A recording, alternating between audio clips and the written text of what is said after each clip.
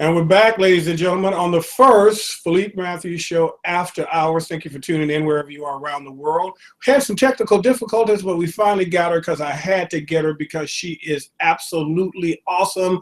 Rashida Strober is with us today. She is the world's first dark-skinned activist and inventor of dark-skinned activism. She's known worldwide as your favorite dark-skinned chick. If you've ever watched her videos, that's her thing, man. It's just so damn cool. She is the author of How to Be the Hottest Dark-Skinned Chick on the Planet. And in 2006, Rashida has been, since 2006, she's been performing her groundbreaking it's like 5 characters that she plays in her one-woman show called A Dark-Skinned Woman's Revenge. She's also, as you can tell, by reading about her and watching her, she's on a mission to change the world for dark-skinned women and girls, and tours the country speaking about the issues of dark-skinned beauty. Welcome, Rashida Strober. Thank you. Thank you for having me. I appreciate it. Oh, my gosh. Well, first of all, are you still there? There you are. First of all, you are absolutely gorgeous. You're stunning. Well, thank you. I always like the compliments. People say, oh, you just fishing for compliments. Why you need to have somebody compliment you? But you know what? I will tell anybody straight up. I love compliments from Black men. That's like one of the whole, objectives of this campaign of what I do. Like, yeah, pay attention to us dark-skinned Black women. Tell us we look good. Absolutely. Thank you. Absolutely. Well, my thing is this, though, is that I watched some of you, how I found you and found out about you. I was watching one of your videos. Right. And I'll be honest, it broke my heart. It was about a video, I forgot the name of it, but it was about Black men not liking you because you were dark skinned. And I'm like, what? You're beautiful. What is there not to love and like? Then I realized, based on the research that I've done and people that I've had on the Philippe Matthews Show Live, oh, this is like that interracism thing, but I had no idea it was that deep. Oh, yeah. It's the big elephant in the room that no one really wants to talk about it, because from a female perspective, everything for a female revolves around beauty. And I don't care what anybody says. Yes, you do need to get education, but the bottom line is beauty is like one of the biggest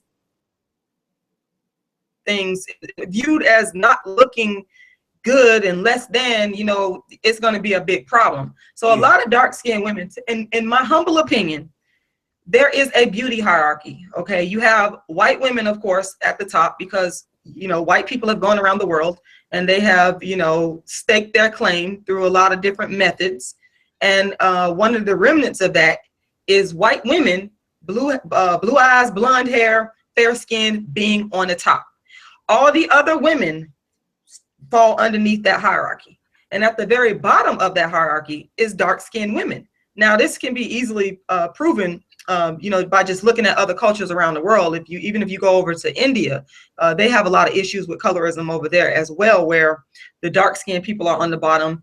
Even in Asia, even over in Africa, you got the skin lightening issue that's going on, and even over in the Caribbean. So all around the world, dark-skinned women are at the bottom. So wow. Everything that I speak on, it stems from those categorizations, as well as it has, of course, a historical foundation as well. Sure. Okay, so when did this begin for you? I remember having a conversation with you, and you were saying that, which was beautiful, your father just absolutely adored you, and still, I don't know if he's still with us or not, but if he was, I assume he would still adore you. But he was a positive role model as a child, as a young girl. But you went through discrimination from your own family and siblings. Is that right? Right. Well, and they will not admit to this, or they may not recall it, but there's a lot of instances that happen in a young girl's life because you're young, you can't articulate it intellectually. But as you start to grow and develop, you realize, so starting back with my father. Yes, my father is actually the reason why I don't hate Black men. He's the reason, because technically, based on what I've been through, I'm supposed to be married to a white man, or I'm supposed to be a Black male basher, and I've never done that. And I never will do that because I do understand that this is all a historical sickness. But my father was in the Nation of Islam. So my father, I used to come, him and my mom separated when I was young. He was like 30 years older than she was, and they separated. And I used to go to my father's house, and he would always greet me with such kindness and affection. And he was a real dark-skinned, handsome man. I mean, like flies, I don't know what. He had all these younger women after him because he was so handsome. He reminded me of like a Zulu type, you know, king with tall, slim, straight nose, black. I was like, wow. And he was just so kind to me. And I would go to his house, and I would we didn't watch TV. I would have to sit and listen to Elijah Muhammad and you know, different speakers from the Nation of Islam. But the bottom line is, he treated me with such kindness and compassion. And I would also see him compliment Black women a lot, dark-skinned women in particular. He would tell them how beautiful. So I'm growing up and I'm seeing all of this stuff when I was around my father, and I was not around him constantly. So how old were you when this was going on? How old were you when you remember? I was anywhere from, I would say, the age of 5 all the way up until the age of 16. I was like going back and forth to, you know, I was visiting him, and then I would see him around town sometimes. And anytime I would see him, it was always the same affectionate, loving, genuine, caring greeting that he gave me. Wow. And he did want to marry my mama, but mama was like, oh, you too old for me or whatever. So they ended up not getting married, which I think was a big mistake on her. Well, I don't want to say it because my stepdad, he's a pretty cool guy, but I'm just saying. So my dad is the reason why I don't hate Black men, because I have been done so wrong by Black men, some Black men in my life. So I got away from my father, and I got in school and that kind of thing. I remember it started in elementary school, but the real stuff started in middle school. And I always tell people, like, middle school is really the place where a dark-skinned girl, in my humble opinion, can be broken. So you have to be real careful when they get, because that's what happened to me. What do you mean? What do you mean by a dark-skinned girl can be broken? What do you mean by that? Well, I came from an impoverished background, so all this stuff is in the mix. So if your mama don't got enough money to make your hair look good, and if your mama don't have enough money to buy you nice clothes, and if you're dark-skinned, couple that with being dark-skinned, and if you're on the extreme end of being real skinny like I was, or if you're on the extreme end of being real heavy, you're gonna have some problems. So I had what I call dark skin I'm writing a book right now. I titled the chapter Dark Skin Middle School Fights, because that's where they stem from. Wow. Being called Spot, being called Monkey, Burnt Black Crispy Biscuit, which is the name of my new show I got coming up, which is inspired by that. Sorry, say it again. What's the name of it? Burnt Black Crispy Biscuit, being dark skinned. That's the name of my new show that I'm coming out with for Black History Month at the end of February. So yeah. My God. Talk about taking lemons and making lemonade. Okay. Yeah. So when I was in middle school in the 6th grade, I never forget, I ran out of the good clothes. That's because that's what me and my brothers we would get clothes at the beginning of the school year. It was 6 of us, so my mama didn't have enough money, so she was, we would run out of the good clothes, and I couldn't, people would start, the clothes kind of buffered me in the beginning, and I just remember the names like what they would call you, African booty scratcher, the people from the National Geographics, the very skinny, dark-skinned African kids. I was compared to those children, Spot, and just having this stuff just go on and on and on. And I remember there was this one particular person who made my life a living hell, and I did confront him about 2 years ago when I saw him at a corner store in St. Peter, and he pretended like he didn't know what the hell I was talking about, but he did it. He was like the ringleader. And I remember I would just be like, people would pick at me because I was skinny and black, but I wouldn't go in the cafeteria sometimes because he was in there, and that's where all the stuff started to come out. He would call me all kinds of names, and it was always associated with skin color. I have people say, well, you know what? It's not because of your dark skin. It's just because you ugly. No, I got too many instances, because if I was light skinned, because a light skinned ugly women get a pass. Let's just be real about it. They get a pass. If you light skinned, I know too many of them that are, they're not cute at all, but they're light skinned. So people overlook their ugliness. Okay, same thing with white women. They can have manly faces and whatnot, But if they white, they got the blonde hair, they got the blue eyes going on, they slim, they get a pass. But you don't get a pass if you're dark skinned and ugly. You have to actually have the whole total package going on. That's why I was saying we are at the bottom of the beauty hierarchy because we don't get the passes. So I would just constantly. Here's the rub, though, Rashida. Here's the rub, and I'm being sincere in this. You're not ugly, and I mean, beauty is in the eye of the beholder, of course. But you're, in terms of whatever those traditional values of beauty are that we have been proselytized to believe. You ain't it. You ain't ugly. So where were you at when I was in middle school? You should have been there to fight. I call him CD. You should have been there to fight. Hey, where is he still around? Where he at? Give me his number and address. I'll show up. I call him CD. He actually lives in St. Petersburg, and I don't know where he lived, but I did confront him at the corner. What did that do to you? Oh, so you did confront him. So what was that like? Talk to me about that confrontation. Well, when I saw him, he looked really different. He had dreadlocks, and he looked just like tired and kind of worn, and I just looked at him and stared to make sure that was the right person. And How long ago was this? This was about 2 years ago. And after I realized it was the right person, it was a knee-jerk reaction. I got out the car and walked up to him and pretty much said, you called me black and ugly. You called me these names when we was in middle school, at Tyrone Middle School. And he looked at me because I know it was shocking. Somebody walks up to you and just starts saying this stuff. And he was like, I don't remember. And I'm just telling him, you did this, and he did apologize. I will give him credit for that. But the scars that it leaves on a young, impressionable person at the time, it leaves scars. It runs in your mind. Like, what happened when you would leave school? What did you do? Or even before leaving school, after the event occurred, what did you do? How did you respond? How did you handle yourself? Well, I wouldn't say anything. I was the type of person, you could talk about me for a long time and it was causing me pain, but you have to keep pushing me and pushing me and pushing me until I just explode. So it took I believe it was probably my 7th grade year where I really started to explode, where I ended up getting in fights with people because I went from being this very nice, outgoing, elementary school student to a totally different person in middle school. I became an introvert. I didn't with the attacks because again, it's hard to verbalize. So what ended up happening is I started to go into myself more, and people saw that made it even worse on me. Because if you're not sociable and you're not talking to people, then they really think it's something wrong with you and they really start to come out and attack you. And so I just remember it just exploding into a series of fights because this guy was so popular. He had the ability to affect other people's opinion about me.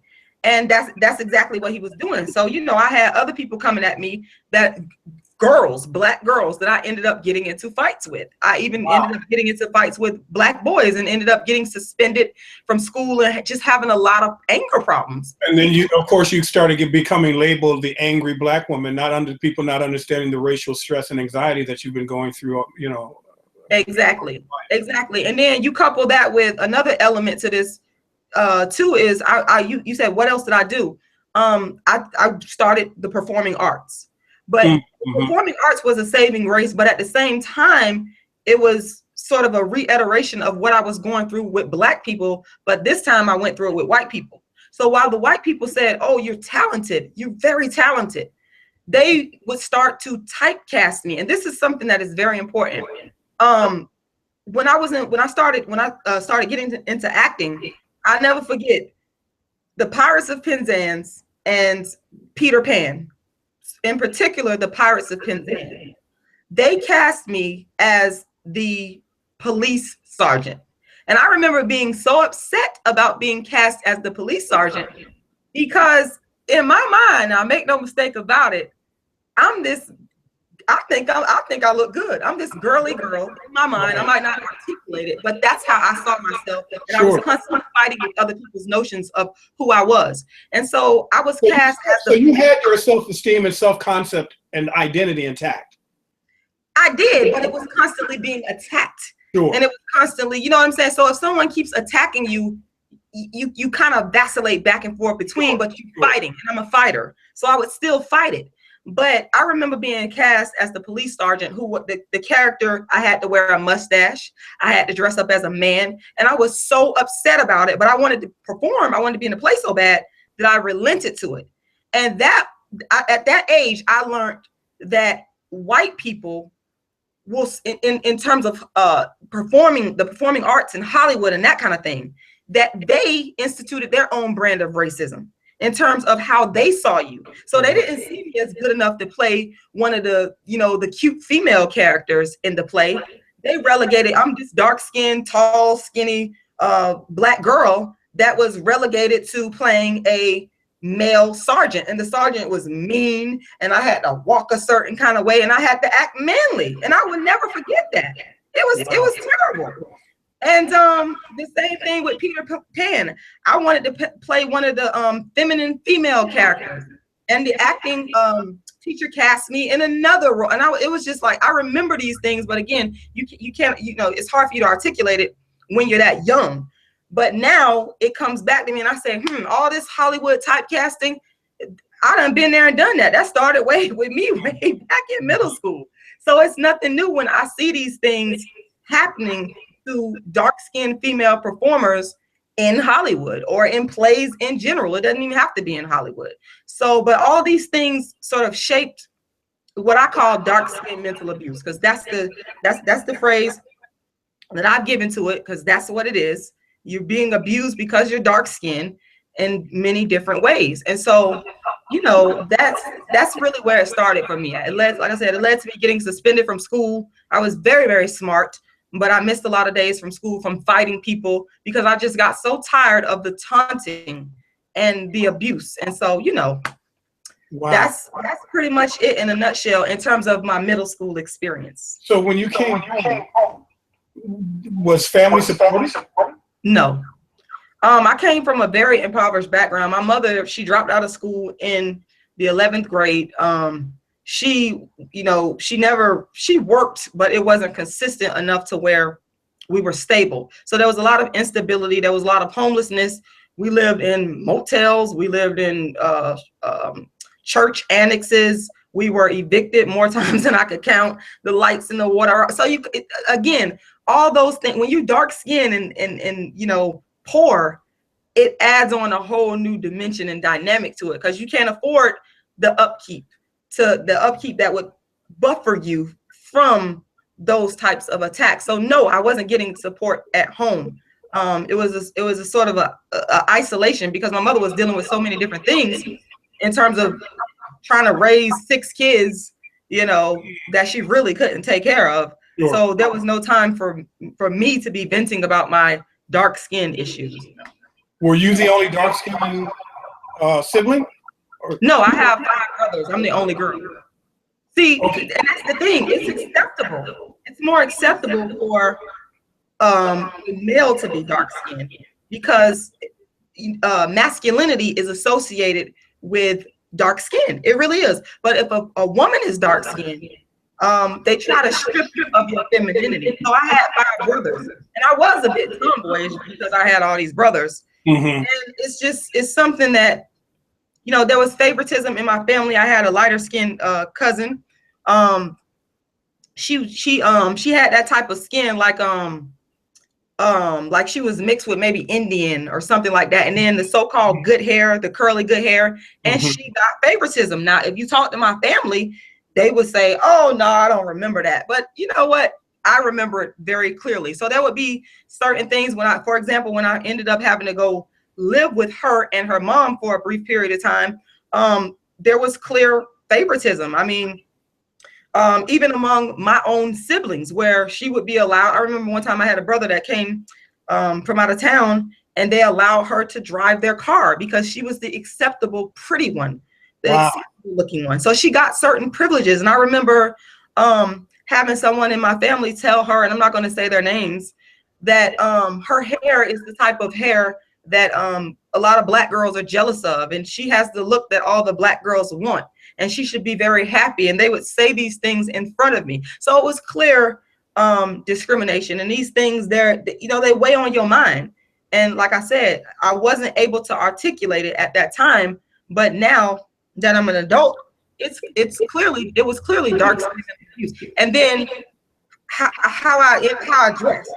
Again, if you're dark skinned and you can dress well as a female and your hair is done, you have a better chance. Sure. But if you poor and you ain't got no money, you can't keep your hair up, you can't keep up your clothes.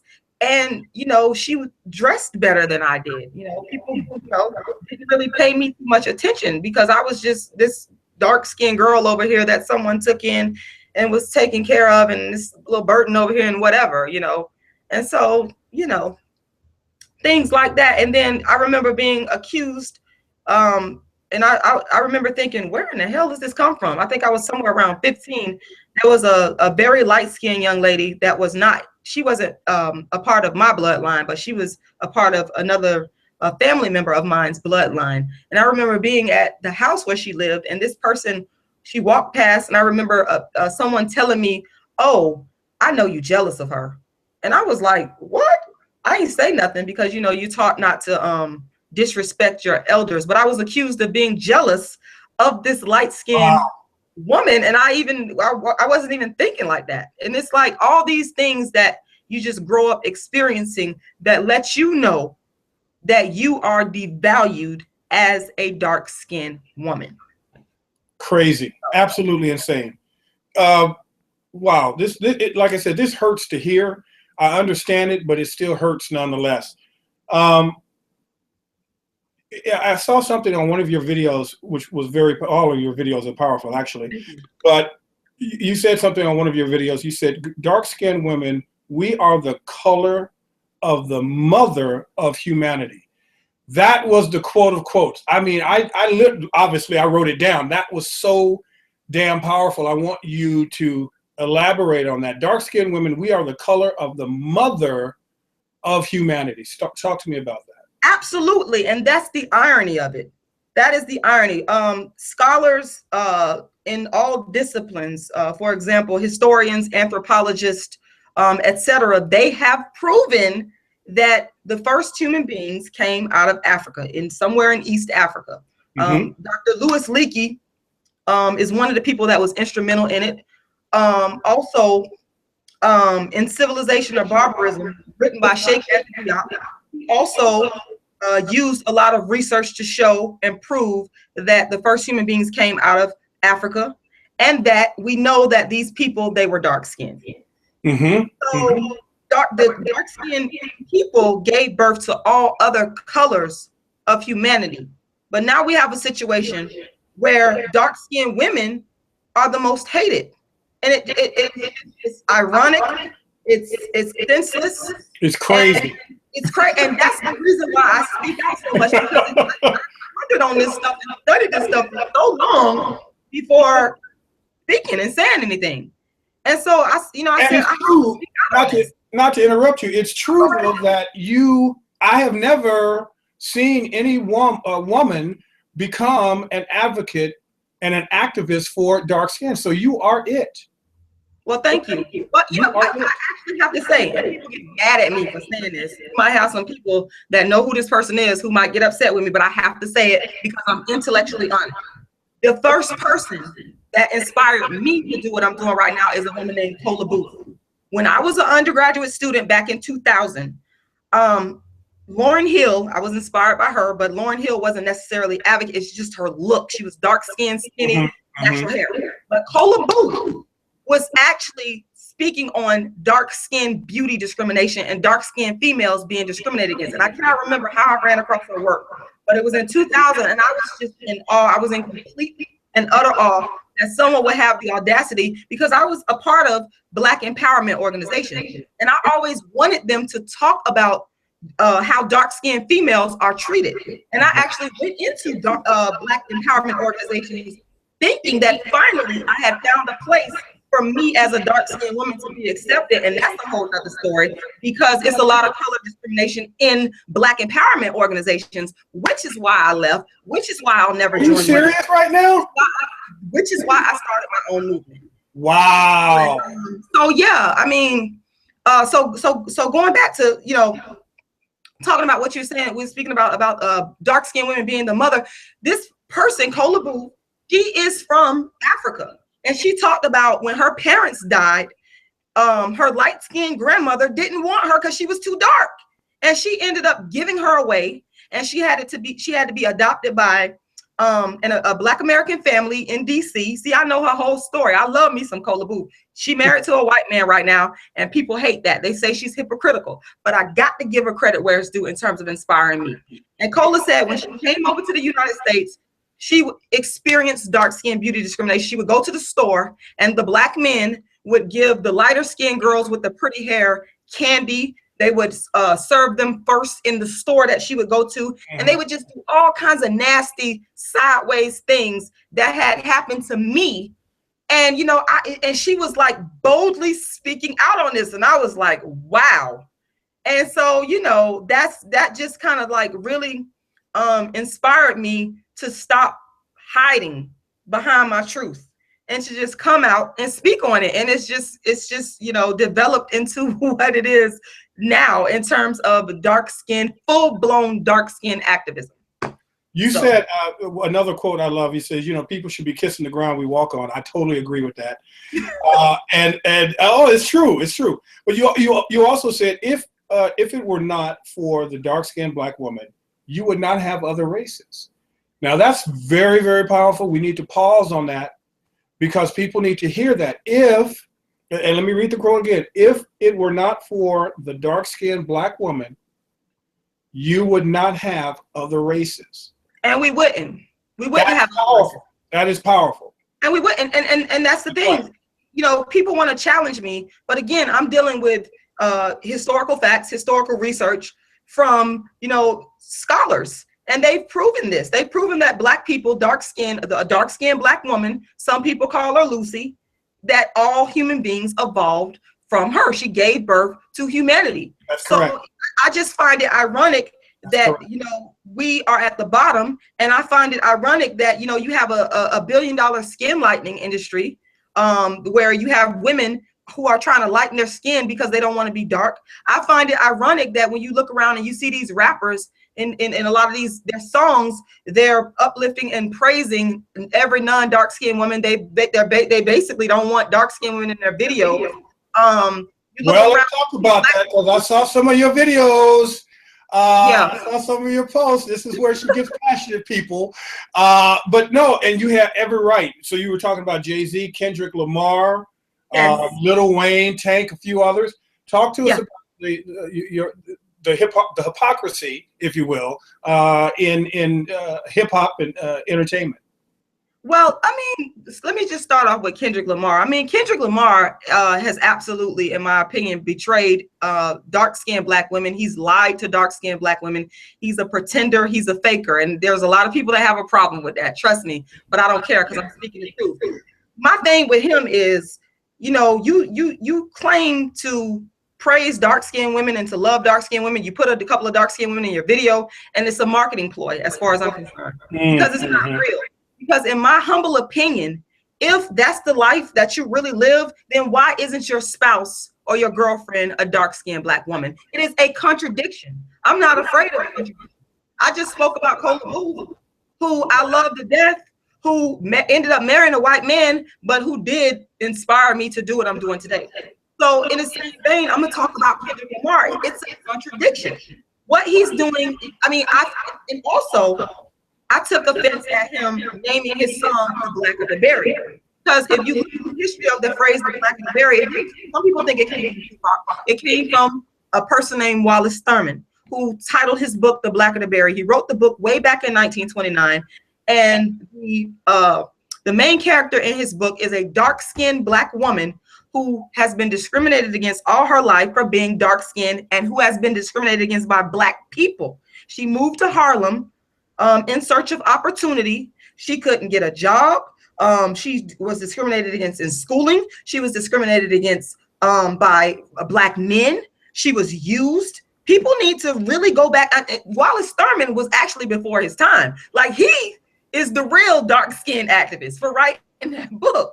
Like, if you read that book, I'm telling you, you will understand exactly what I'm talking about. And so for Kendrick Lamar to call his song "The Blacker the Berry" without, I don't know if he has read that book, but I highly doubt it. And if he did read the book and still called his song "The Blacker the Berry" and chose to marry the person that he married, it just makes no sense. It's a contradiction. And another part of this is, make no mistake about it, a lot of these rappers, they know that if you speak highly of dark-skinned women, or if you come out and say, you put a dark-skinned woman in your video, they know that there's dark-skinned women out here that really want to see that, and that will cause them to support them, buy their album, come to their shows. Okay, but then behind the scenes, it's a marketing ploy. It's not really sincere. It's not sincere, and that's the problem. Be honest. I understand you want to make a buck, but you're dealing with the real life self-esteem of dark-skinned Black women out there that I deal with, that contact me. This is how I know. The whole Kendrick Lamar situation, I wasn't even looking to speak on him. Someone came to me and said, "Rashida, did you see who Kendrick Lamar married?" And I said no, because I don't follow his music. I'm from the 90s era of rap music. I really wasn't trying to listen to him. So this person wanted me to see who he married. I Googled it. I saw the person he married, and I said what I said. So, I've been speaking out about Black men in the entertainment industry who have thrown dark-skinned women under the bus for years. That was nothing new. So people need to know that whole Kendrick Lamar situation was not planned. And I also felt that, there's my daughter coming in. That's what happens when you have a live show, ladies and gentlemen. When you have a live show, everybody starts walking through the There we go. Yeah. Hey, Lauren. So. Hey, darling. I've been speaking. Well, my dark-skinned daughter is another one. I'm glad she did walk in, because absolutely these dark-skinned little girls. Mommy, Yes. Look, I have some candy. Good. I'm glad you got your candy. These dark-skinned little girls, they get it. I'm telling you, I've seen it with my own eyes because I taught school He's before. so cute. Oh my God, what's her little voice? So I'm concerned about the future generations of dark-skinned girls, making sure that they have what I call suitable Black husbands, because you have a movement of Black women out here that are saying, oh, they don't want us anymore, let's just go and get us a white man. Well, guess what? There are still some Black women out here, some dark-skinned Black women out here that still want a Black man. Mm-hmm. I know them. Let's talk about that, because one of the videos that I saw, and it was really painful. It broke my heart that you thought that Black men, you're not comfortable around Black men. In a lot of instances, I'm not. It has taken me a long time and I'm still at the level, because I have this, because of what I went through coming up in school, what I went through coming up in my family. I always have in the back of my mind, when I come around Black men, unless they make me real comfortable, does this man think I'm ugly? Wow. It's in the back of his mind. I mean, I always, it's crazy, but I'm just, that it is what it is. It's my truth. And sometimes I will not even look at them. Not because I think they're a bad person. It's just the insecurities that I have in terms of how they view me. Mm-hmm. So, what's wrong? What's wrong, Lauren? Okay, well, I guess you're gonna join us then. This is my little chocolate princess. Hi, chocolate princess. Yeah. We got a visitor. Oh, that's so sweet. So tell me about how you use your art and your one-woman show to, I guess, heal yourself and heal all dark-skinned girls and women around the country and subsequently around the world. Right. Well, like I was saying before, the performing arts it was a saving grace, as well as, it had its problems, but it was a saving grace. And I learned that I could take the performing arts, because I was so good at it, to impact the world with my views and to change the world. And so I decided to take a dark skin. Well, first of all, I moved to Los Angeles in 2005 to pursue acting. When I got out there, there's dark-skinned female beauty discrimination in Hollywood. Make no mistake about it. When y'all hear those stories, it's true. I had agents that wanted me to change myself. They my hair. They wanted me to change my hair. They would not send me on auditions. It held me back from doing what I needed to do. And so what I decided to do was I said, I'm not gonna change my hair. I'm not gonna change my look. What I'm gonna do is create work for myself. And what I'm gonna do is brilliant. That's what I did. And so what I wrote a play called She Black But She Ain't Ugly, a dark-skinned girl's triumph. And it was about me, basically my pursuit of becoming an actor, my life's goal and dream. And in that play, I talked about Cede, the character in middle school, and how he treated me and how he would call me black and ugly and all these names and that kind of thing. And so people that came to that play, they really liked that part of the play. And so what I decided to do is in 2006, I wrote the sequel, which is called A Dark-Skinned Woman's Revenge. And then from that point on,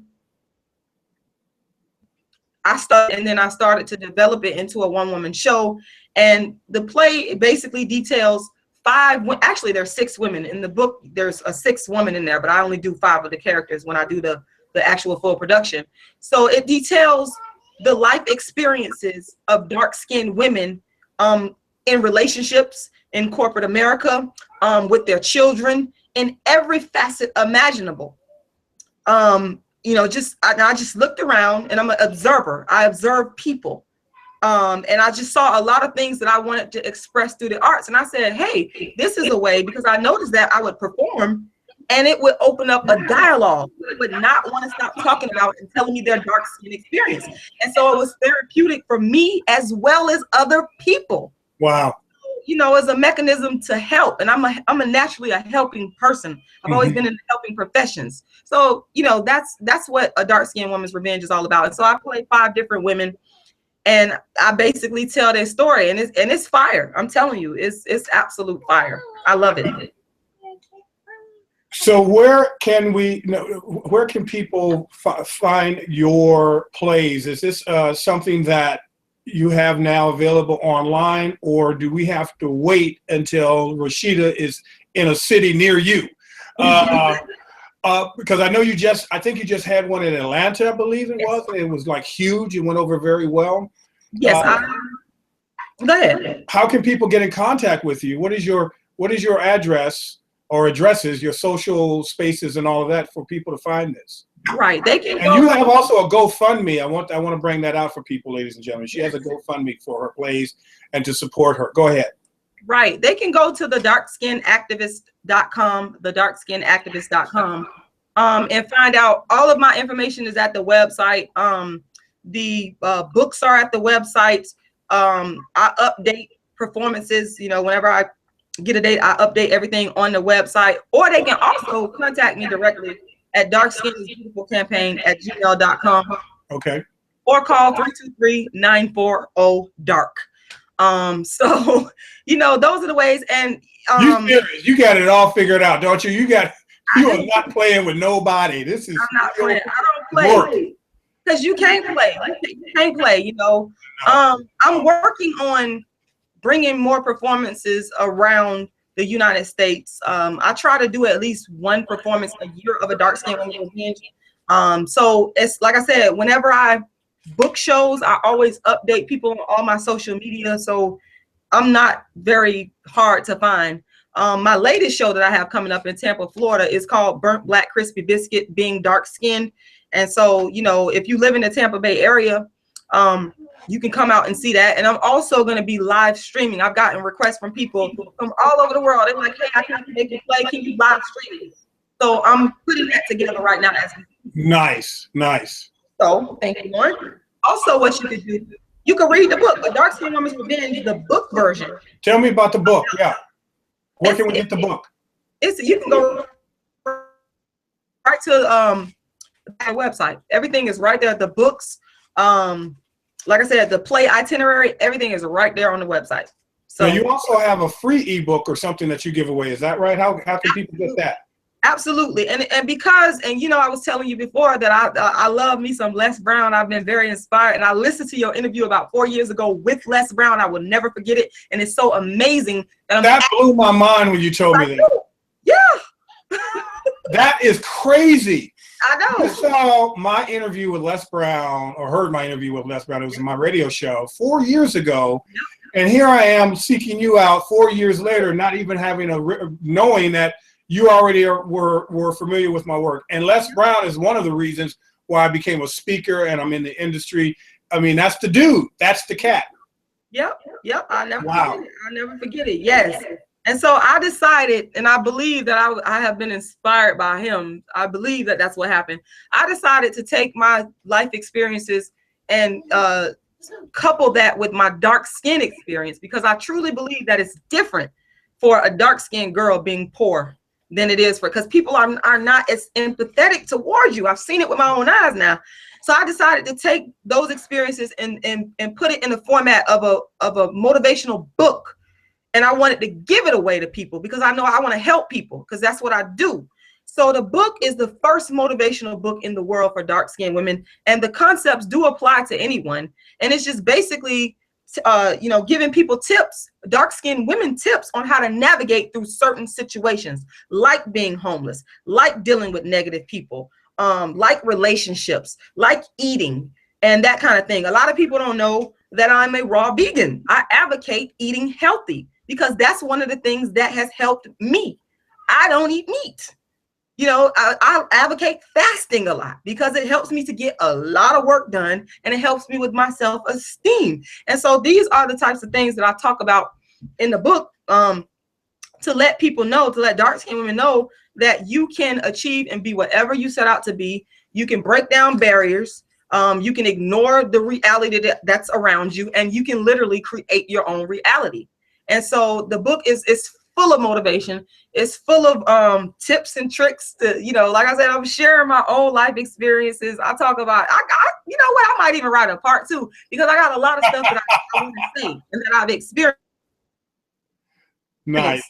Other dark-skinned girls that's coming up, because that's another thing I look at.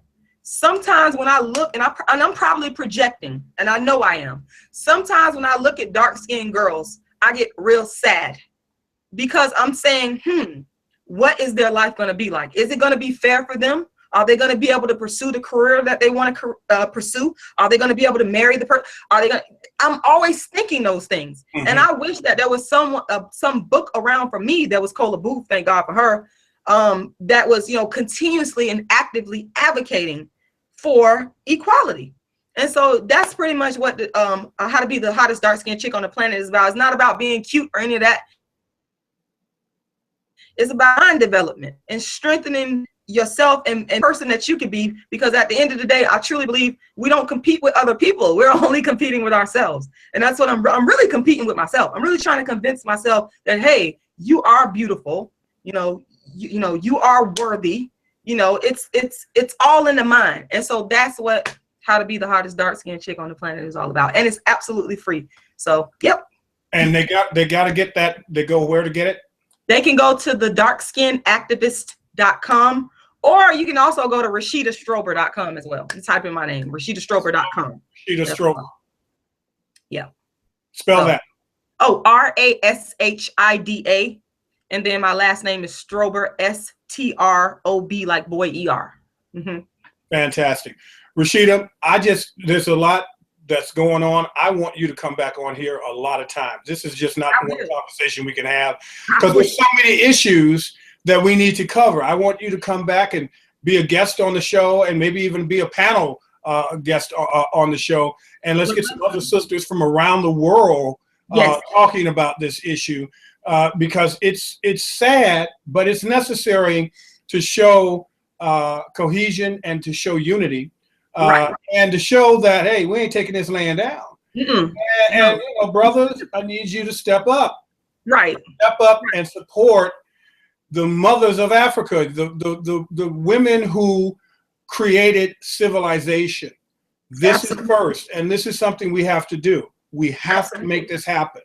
Absolutely. And we are. And we are as dark-skinned women, we are making gains because never before has the world paid attention to the dark-skinned female beauty issue. You know, thank God for the internet. It's, you know, we're able to spread this message all over the world, and things are changing. It's getting better, and we just got to keep doing it and never stop. So yeah, absolutely. I would love to come back and be a guest. Absolutely. I could talk about dark skin all day. No, I'm very serious. I would love, you know. I've seen your video. You got hours and hours and hours, and it's captivating. I can't leave. And that's not even it. I got material for days. Like people think I'm crazy. They're like, "What's wrong with you?" Well, I'm just this is what it is. Well, let's stick around in the green room with me as we sign off, and then we'll start working on the next show. Ladies and gentlemen, thank you for tuning in to our first Philippe Matthews Show After Hours with Rashida Strober. Wait a minute, I want to make sure that I have your title correct, because that's important, and that is the inventor and the world's first dark-skinned activist. Your favorite dark-skinned chick, ladies and gentlemen. We love you. Thank you for tuning in. We'll see you next time on the Philippe Matthews Show After Hours.